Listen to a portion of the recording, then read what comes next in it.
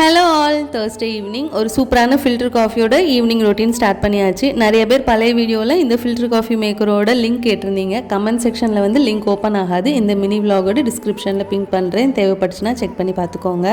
குயிக்காக ஒரு 30 செகண்ட்ஸ்லேயே பார்த்தீங்கன்னா டிகாஷன் சூப்பராக ரெடி ஆகிடும். ஃபில்டர் காஃபி குடிக்கும்போது பால் வந்து நல்லா திக்காக இருந்ததுன்னா ஃபில்டர் காஃபியோட டேஸ்ட்டு சூப்பராக இருக்கும்.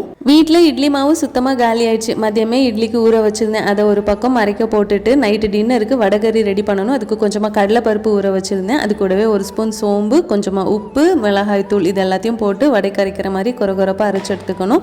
வேணும்னா அதை எண்ணெயில் கூட பொரிச்சு வச்சுக்கலாம். நான் வந்து இன்றைக்கி ஸ்டீமரில் வேக விட்டுட்டேன். இந்த வடகறி ரெசிபி என்னோட தங்கச்சி எனக்கு சொல்லி கொடுத்துருந்தா. பேனில் கொஞ்சமாக எண்ணெய் சேர்த்துட்டு கரம் மசாலா, ஸ்பைசஸ், வெங்காயம், இஞ்சி பூண்டு பேஸ்ட்டு, தக்காளி போட்டு நல்லா வதக்குனதும் இது கூடவே மிளகாய்த்தூள், மல்லித்தூள், மஞ்சள் பொடி, கரம் மசாலா, கொஞ்சமாக உப்பு சேர்த்து தேவையான தண்ணி ஊற்றி வடையை உதிர்த்து போட்டு லாஸ்ட்டாக மல்லியில் தூவி இறக்கணும். இட்லி தோசைக்கு சூப்பராக இருக்கும். அவ்வளோதான். இனி நாளைக்கு விளாக்ல பார்க்கலாம்.